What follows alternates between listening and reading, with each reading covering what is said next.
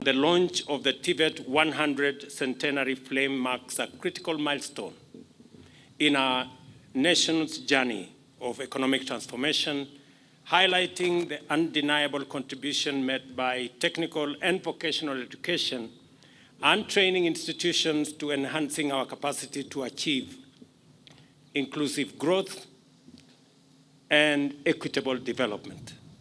Today, we reflect on a century of the development of Tibet in Kenya and the role of Tibet in the development of our economy. We also take a moment to consider the path ahead of us and how we can harness the power of Tibet to translate the potential of our youth into positive contributions to economic development and national prosperity. The training of African youth in practical and technical skills began in 1914 in Machakos at the Government African School.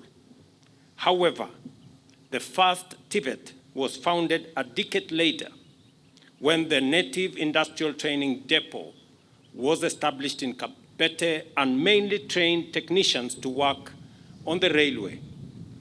In the decades that followed, other Tibets were established at Mawego, Nairobi, Sigalagala, Kaiboi, Thika, Machakos, and Meru. By 2022, 52 constituencies only did not have Tibet institutions.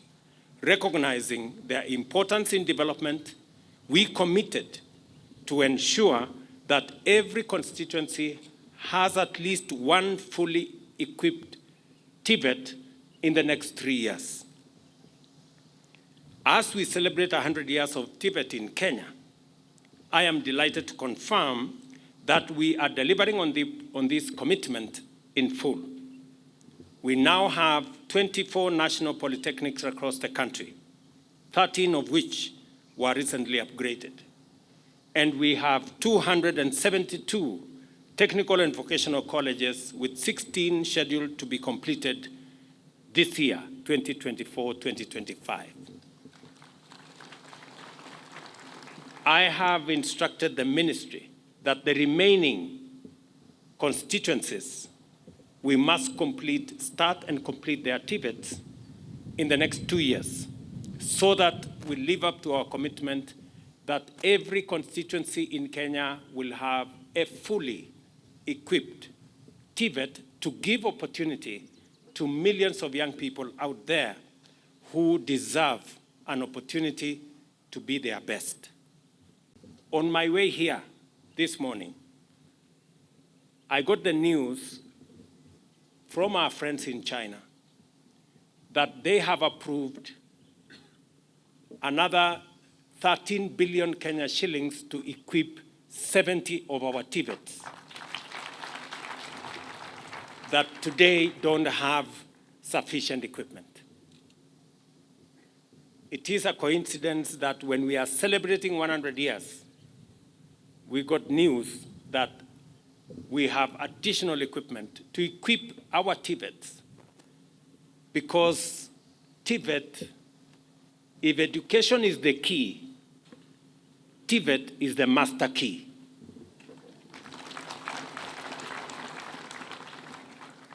And I am very proud of the achievements that we have made, the strides that we have made in our Tibet sector. Unless we have the men and women with skills and competences to assist us achieve the targets of Vision 2030, we run the risk of Vision 2030 being Vision 3020. And you know what that means. And I had a candid conversation.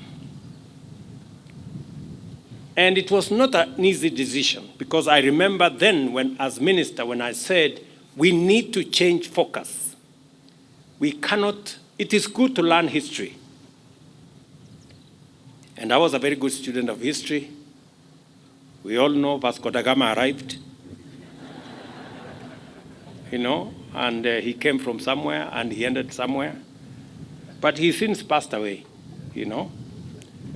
So while that is important, it is also important for us to think about the future.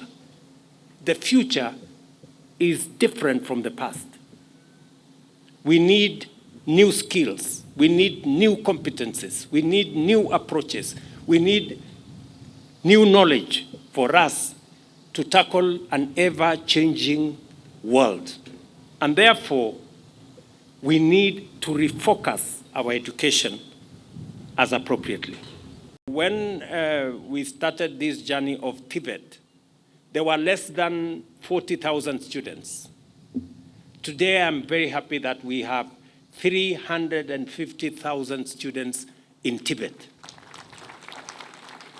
Then, as the deputy governor has said, to go to a Tibet institution was almost like a punishment. It had been made to look like that is the place for people who have not done well. But I am very proud that today we have changed the perception. We have changed the branding. We have changed the place of Tibet to the extent that last year, up to 9,000 students who had been admitted to universities chose not to attend the university, but to come to Tibet. Because it has been proven now that Tibet presents an opportunity for practical skills, for people to acquire knowledge, to acquire competencies that have significant relevance to where we want to go as a people. The strategic design of our bottom-up economic transformation agenda is to accelerate economic growth by investing in its critical pillars in a manner that creates employment for millions of talented, motivated, educated young people. If you look at our plan, young people are front, back, center, left, right of our plan. Whether it is agriculture that we are focused on food security, we are working on how do we reduce the age of our farming community from 60 downwards, because it is the only chance we have to transform our agriculture and underwrite our food security. Whether it is our SMEs or manufacturing or the investment we are making in our special economic zones, our county aggregation industrial parks, that whole ecosystem is about young people and the employment that is potent in those spaces. Or whether it is our pillar on digital superhighway, it is about how we can monetize the talent, the knowledge, the expertise of the young people of Kenya using our digital platform. I was very happy this morning. I went to the ICT hub here in Nyeri.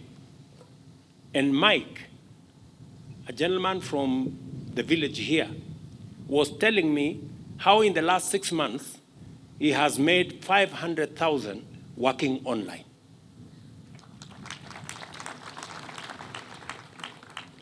I am not talking about somebody working in America. I'm talking about Mike in Nyeri, working online here at the Tibet institution here.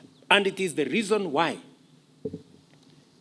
as a government, we have made changes to the CDF Act so that members of parliament like my good friend Madenge here of Nyeri town, they now have an opportunity, and we have agreed with them that every ward in Kenya, the same way we have a Tibet here in Nyeri Polytechnic, every ward in Kenya must have an ICT hub. We are going to equip those ICT hubs. We are going to connect them to internet. We are going to provide computer apparatus.